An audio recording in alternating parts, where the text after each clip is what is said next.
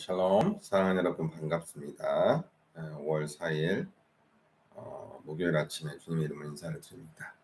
자, 이 아침에 하나님께서 우리에게 주시는 한 구절 묵상할 말씀은 사도행전 5장 32절 말씀인데요. 함께 읽어보겠습니다. 우리는 이 일의 증인이요 하나님이 자기에게 순종하는 사람들에게 주신 성령도 그러하니라 하더라. 다시 한번 읽어보겠습니다.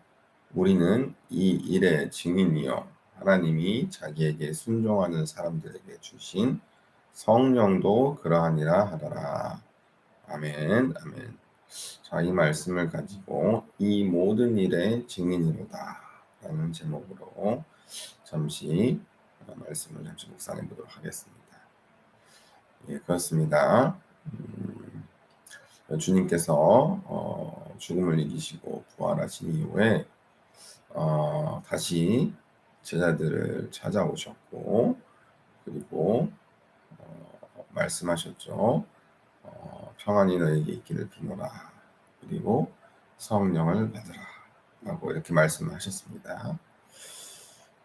누가복음에서는 너희에게 약속한 그것을 너희가 받기까지 이곳에 머물러 있어라. 라고도 말씀하셨고요. 그러고 나서 예수께서는 부활하신 주님께서 이제 승천하셨죠. 하나님 우편으로 올라가셨습니다. 제자들은 그 이후에 이제 성전에 모여서 또 마가의 다락방이라고도 부르죠. 그곳에 모여서 함께 하나님을 예배하며 기도하면서 기다렸습니다. 무엇을 기다렸죠?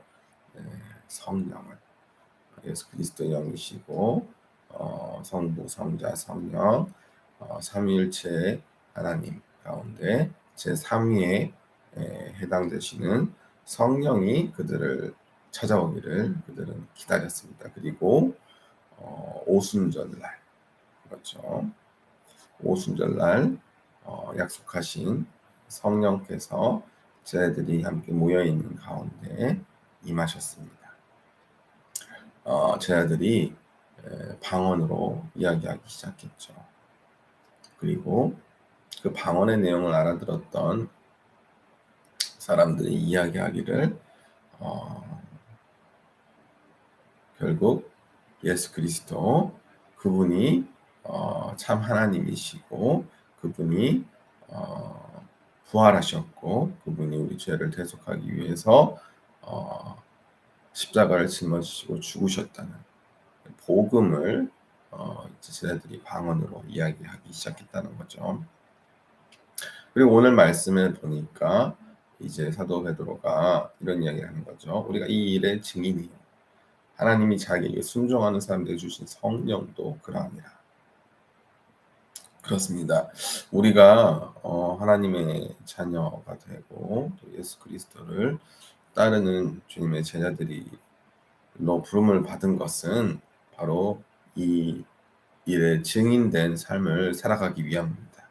주님께서 우리 죄를 대속하기 위해서 이 땅 가운데 오셨고 십자가에 달려 죽으셨고 실제로 3일 만에 부활하셨고 이제 그 모든 일을 이루시고 하나님 우편에 앉으셨다. 그래서 주 예수 그리스도 그 이름을 부르는 자에게 모든 이에게 하나님께서 구원의 은혜를 베푸실 것이다. 그리고 그 말씀에 순종하는 이에게 성령을 주실 것이다. 라는 것을 이제 증거하는 증인으로서의 삶을 우리가 살아가도록 부름을 받은 것입니다. 우리가 주님을 믿음으로 말미암아 단순하게 구원을 받았다라는 것으로 만족하는 삶을 위해서 우리가 구원받은 것이 아니라 바로 살아계신 주님, 우리를 구원하신 주님, 그분을 증거하는 삶을 살도록 그분의 살아계심을 증언하는 그러한 삶을 살도록 우리가 부름을 받았다는 것입니다. 자, 증인이라는 말은 무언가를 보고 무언가를 알고 무언가를 경험했을 때 우리가 증거할 수 있죠. 아무것도 보지 못하고 아무것도 알지 못하고 경험하지 못했는데 거짓 증언을 할 수는 없기 때문입니다.